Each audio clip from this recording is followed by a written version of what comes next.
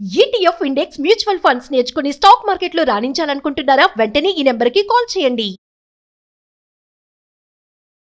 నమస్తే రమ్మ గారు. నమస్తే జయ. ఏదైనా మంచి కథ చెప్తారండి? మామూలుగా పిల్లలకి తల్లుల మాటలన్నిటికీ చాదస్తంగా కోపంగా మా అమ్మ విసిగిస్తుంది ప్రతిదానికి, మా అమ్మ జడ్జిమెంటల్ గా ఉంటుంది. ఇప్పుడు అసలు మరీ ఎక్కువైపోయింది అది. అవును. తల్లి ఏం చెప్పినా వినకూడదు అన్నట్టు. కానీ అమ్మ లేకుండా ఉండలేరు.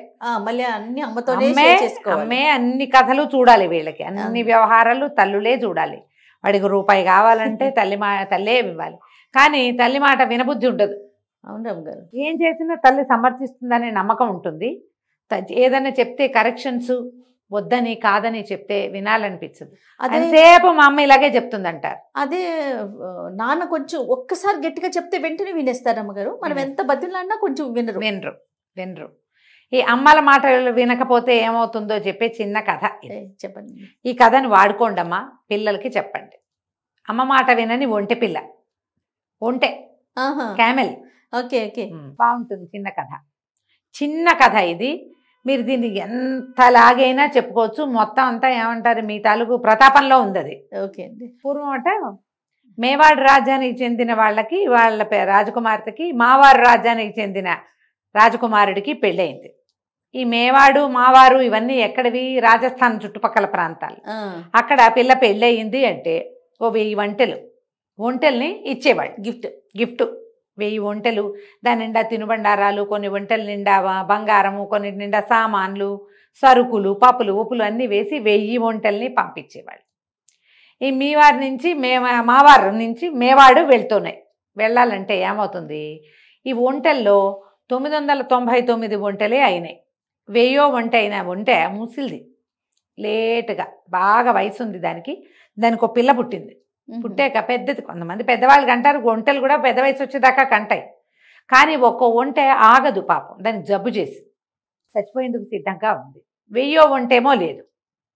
1000వ ఒంటె ఏముంది, ఈ పిల్ల ఉంది కదా, అది కన్నా పిల్ల ఉందిగా, ఈ పిల్లని కూడా 999తో జమేసి 1000 చేసి ఈ 1000ని తోలేరు.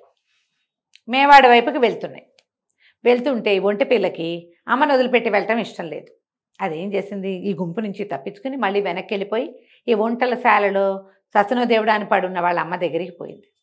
పోయేసరికల్లా ఏడ్చింది, నేను నిన్ను వదిలిపెట్టి వెళ్ళను, నేను ఇక్కడే ఉంటాను, నేను నీతోటే ఉంటానంటే తల్లి బతిమలాడింది, ఆయన నేను ఎక్కువ పూటలు ఉండనురా, నాకు ఓపిక లేదు, వెళ్ళిపో, నువ్వు ఇక్కడ ఒంటరి వాడి అయిపోతావు, మీ అన్నయ్యలు అక్కయ్యలు అందరూ పోయారు, వాళ్ళతో పాటు అన్నయ్య ఉన్నాడు కదా, అన్నయ్యతో పాటు ఉండు, బుద్ధిగా ఉండు, అన్నయ్య దగ్గరికి వెళ్ళు అని పిల్లాడిని ఒప్పించింది. పిల్ల ఒంటె ఒప్పుకుంది, ఒప్పుకుంటే అమ్మ ఏం చెప్పింది, తల్లి ఒంటె గట్ల మీద పడుకోదు. ఇప్పుడు వెళ్ళాలంటే వాళ్ళు వెళ్ళిపోయారు, నువ్వు వెనక్కి పరిగెత్తుకోవచ్చు, మళ్ళీ నడిచి వెళ్ళాలిగా.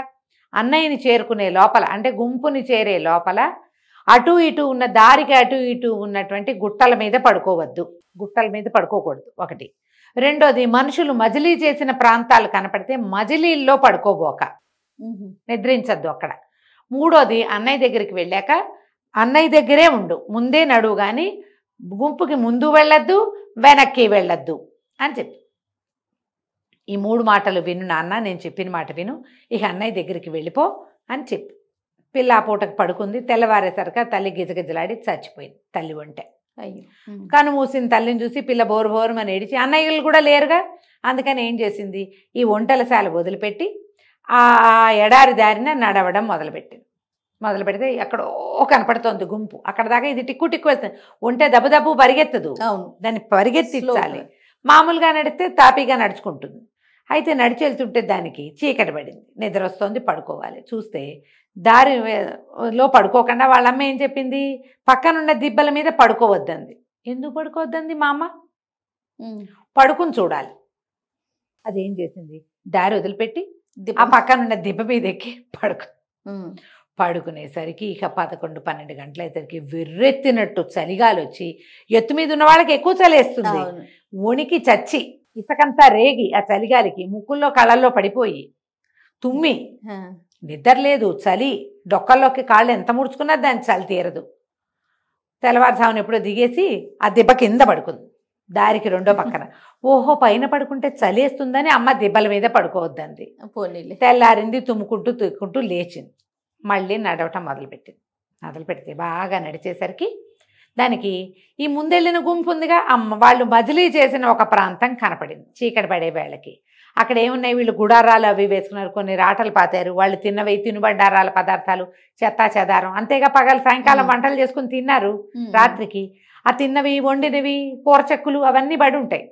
ఇది కాస్త అటు ఇటు వాసన చూసి ఓహో ఇక్కడ మనుషులు మజిలీ చేశారు అని తెలుసుకుంది. వాళ్ళ అమ్మాయి ఏం చెప్పింది, మజిలీ చేసిన చోట ఉండొద్దంది. ఇదేమనుకుంది, ఎందుకు ఉండొద్దంది, మజిలీ చేసిన చోట చదునుగా ఉంటుంది. వాళ్ళు మజిలీల కోసం అందరూ ఒక చోట ఉన్నారంటే నేల చదునైపోతుంది. ఆ మజిలీలో పడుకుంది. అర్ధరాత్రి అయ్యేసరికి ఈ మనుషులు మజిలీ చేసిన ప్రాంతాలకి చుట్టుపక్కల ఉన్న క్రూర జంతువులన్నీ వస్తాయి ఆహారం కోసం, అడవి జంతువులు. ఓహో, అందుకే మజిలీల్లో పడుకోకూడదు. ఇక ఎన్ని వచ్చినాయో, హైనాలు గీనాలు అవి ఇవి వచ్చినాయి. ఎందుకంటే వీళ్ళు వెజ్ అండ్ నాన్ వెజ్ వండుకుంటారు, వ్యర్థాలన్నీ ఉంటాయి. తిండి వాసనకి వచ్చేస్తాయి అవి రాత్రి అయ్యేసరికి. మనుషులు లేరు, సందడి లేదు, వాసన వస్తుంది, వచ్చేస్తాయి. ఇక చావు దప్పి కన్నులు అట్టపోయినంత పని అయ్యి పిల్లమోహంది పరిగెత్తింది అక్కడి నుంచి. ఒంటి పిల్ల పరిగెత్తి మొత్తానికి ఎట్లాగోట్లా వాళ్ళ గుంపుని చేరింది. అన్నయ్యని సంభావించింది వెళ్ళి. దీని ముందు వాడు పుట్టింది తెలుసు దాన్ని. అన్నయ్య అన్నాడు, అదేమంది అన్న ఉంటే ఇక్కడే నడవరా, మధ్యలో నడవరా అని చెప్పి మధ్యలో ఉంది. వీళ్ళ మధ్యలో నడిచేది. అమ్మ ఏం చేయమంది, గుంపు అందరికంటే ముందు వెళ్దామని ఏం చేసింది, గుంపు ముందుకి పరిగెత్తింది. గుంపు ముందుకి ఇదేమో పిల్ల వంట పొట్టిది.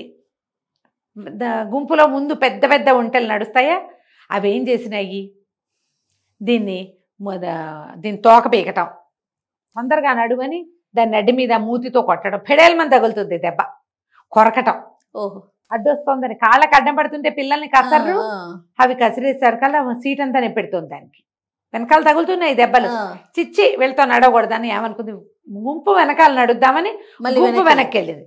గుంపు వెనక్కి వెళ్ళేసరికల్లా ఈ ఒంటెలు నడుస్తుంటే దుమ్ములు మట్టంతా రేగి దీని కళ్ళ నిండా ముక్కు నిండా పడింది.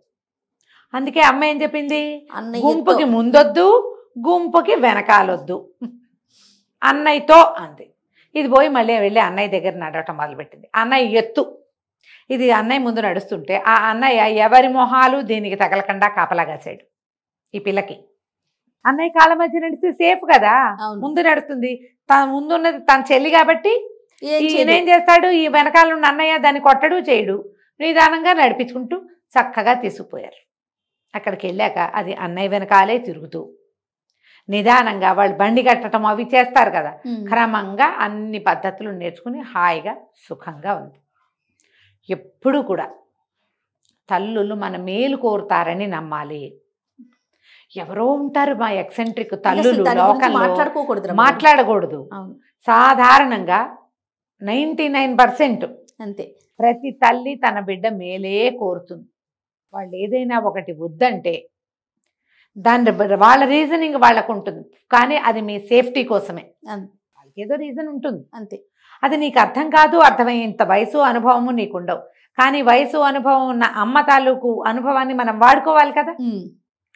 అవునండి. పిల్లలు చిన్నప్పటి నుంచి తల్లుల మాట వినండి. మనం ఒక పితృప్రేమ కథ చెప్పాము, వాళ్ళ మాతృప్రేమ కథ చెప్తున్నాం. ఇది చాలా బాగుంది రమ్మగారు. ఆలోచించండి, మీ అమ్మ ఎప్పుడు కూడా మీ మంచి కొడుతుంది. అమ్మా నాన్నకి మనం తప్పిస్తే ఇంకేం ఉండదు వాళ్ళకి, అదే ప్రపంచం. కాబట్టి ఆలోచించండి. అది ఎప్పుడు అర్థమవుతుంది మనకి, మనం అమ్మ అయ్యాక. మా అమ్మ కూడా చిన్నప్పుడు ఇలాగే చెప్పేది, మా అమ్మ కూడా ఇదే చెప్పేది. మా అమ్మ అట్లాగే ఇలా ఏరద్దు, ఆహారం ఏరద్దు, కడుపు నిండా తిను, నీళ్ళు ఎక్కువ తాగేద్దు, అన్నం ముందు చాక్లెట్లు, మనకు కూడా చెప్పేది మన అమ్మ. మనం వినేవాళ్ళం కాదు. మన పిల్లల దగ్గరకు వచ్చేసరికి మనకు అది నొప్పి తెలుస్తుంది. కాబట్టి పిల్లలకి ఈ మాట అర్థమయ్యేలాగా చెప్పండి. అద్భుతంగా ఉంది రమ్మ గారు. నమస్తే. నమస్తే.